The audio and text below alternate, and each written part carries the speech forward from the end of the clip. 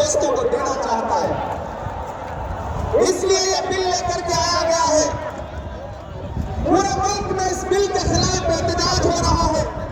देश की पार्लियामेंट में आपने देखा, हम सारे लोगों ने इस बिल के खिलाफ लगातार लड़ाई लड़ी, लेकिन नंबर उनके पास है, इसलिए ये बिल पास हो गया। अब लड़ाई सड़कों पर लड़नी है।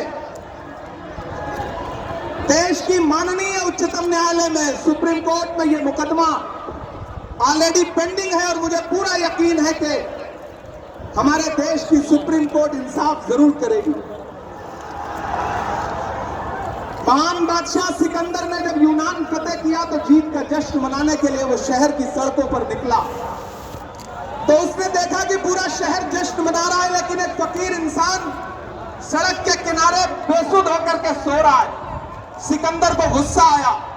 सिकंदर अपने घोड़े से उतरा और उस सोते हुए फकीर के पास पहुंच करके गुस्से में उसे जोर की एक लात मारी और लात मार के कहा कि क्यों रे फकीर, मैंने शहर जीत लिया, शहर जश्न मना रहा है और तू सो रहा है।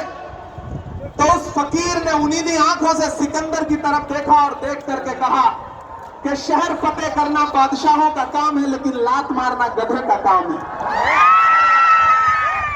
पिछले 11 साल में इस सरकार ने आवाम को सिर्फ और सिर्फ लात मारने का काम किया, और अब ये बिल लेकर के आए हैं और उन्हें लगता है कि आप खामोशी के साथ उनके हर जुल्म सितम को बर्दाश्त कर लेंगे। हमें पता है नहीं करेंगे, नहीं करेंगे ना, नहीं करेंगे ना। आपकी यहाँ मौजूदगी इस बात की गवाह है।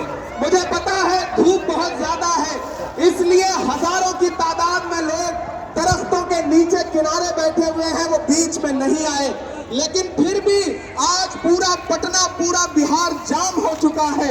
लोग लाखों की तादाद में घर से निकल करके आए हैं। मैं सलाम करता हूं आपकी जिंदा दिली को, आपकी मोहब्बत को। फैसल रहमानी साहब के एक बुलावे पर मैं उनको भी सलाम कर रहा हूं। ये जो नई नस्ल है ये पानी की तरह बह रही है, मैं इस नई नस्ल के बहने को भी सलाम करता हूं। बहुत तकरीर नहीं करनी है, बस इतना कहना है कि नहीं, ऐसा नहीं होगा, कभी ऐसा नहीं होगा, कभी ईमान का कुरान का सौदा नहीं होगा। बिहार वालों बताना, दिल्ली तक अपनी आवाज पहुंचाना कि नहीं, ऐसा नहीं होगा, कभी ऐसा नहीं होगा, कभी ईमान का कुरान का सौदा नहीं होगा। हमें तुम कत्ल कर दो शौक से मंजूर है, लेकिन शरीयत के किसी मुद्दे पे समझौता नहीं होगा। एक आखिरी बात आपसे कह रहा हूं साथियों, आप एक चीज जहन में बिठा के रखना कि अगर ये बिल लोकसभा में आया और इसकी हिमायत में अगर 250 से ज्यादा वोट पड़े, 288 वोट पड़े, तो इस बिल की मुखालफत में लोकसभा में 232 वोट पड़े। लोकसभा में मुसलमान सांसद सिर्फ 24 हैं, तो 200 से ज्यादा इस देश के हिंदू भाई, दलित भाई, सिख भाई, ईसाई भाई जो मेंबर ऑफ पार्लियामेंट हैं, वो लोकसभा में रात के 3:30 बजे तक इस बिल के खिलाफ वोट कर रहे थे और आपसे कह रहे थे कि हम आपके साथ खड़े हैं। ये है इस मुल्क की गंगा जमुनी तहजीब। ये जो लहराता हुआ तिरंगा है, इस तिरंगे में जो आपका रंग है और जो उसके ऊपर अमन का रंग है, भाईचारे का रंग है, उसके ऊपर भी जो रंग है, ये तीनों रंग मिलके कह रहे हैं कि ये मुल्क नरेंद्र मोदी जी की जागीर नहीं है, ये मुल्क हिंदुस्तान के हर इंसान का है, हर इंसान का है। और हम अपने आबाओ अजदाद की जमीनों को बचाने के लिए, खानकाहों को बचाने के लिए, इबादत गाहों को बचाने के लिए, कब्रिस्तानों को बचाने के लिए जो कुर्बानी जरूरी होगी वो कुर्बानी देंगे। हम सड़कों पर बैठेंगे।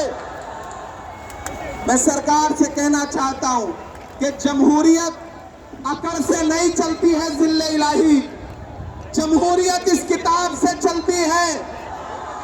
यह जो संविधान है जिसे डॉक्टर बाबा साहब अंबेडकर ने अपने खून पसीने से लिखा था, इस किताब से मुल्क चलेगा, किसी की अकड़ और जिद से नहीं चलेगा। नरेंद्र मोदी जी, आपको यह समझना पड़ेगा कि आप हमारी हिमायत में जो बिल लेके आए हैं, हमें पता है वो हमारी हिमायत मुराद नहीं, बल्कि हमें बर्बादी का सामान लेकर के आए हैं। आपकी साजिश हम समझते हैं, आपकी मंशा हम समझते हैं, और हम इस बिल के खिलाफ खड़े हैं।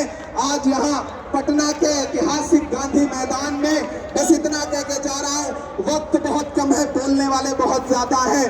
बस इतना कह के जा रहा हूँ कि हम आतिशे सोजा में भी हक बात कहेंगे, कुंदन की तरह दहर में ताबिंदा रहेंगे। तारीख बताती है कि हर दौरे सितम में हम जिंदा थे, हम जिंदा हैं, हम जिंदा रहेंगे। आवाज दो, आवाज दो, आवाज दो। इधर से सदाएं नहीं आई हैं अभी।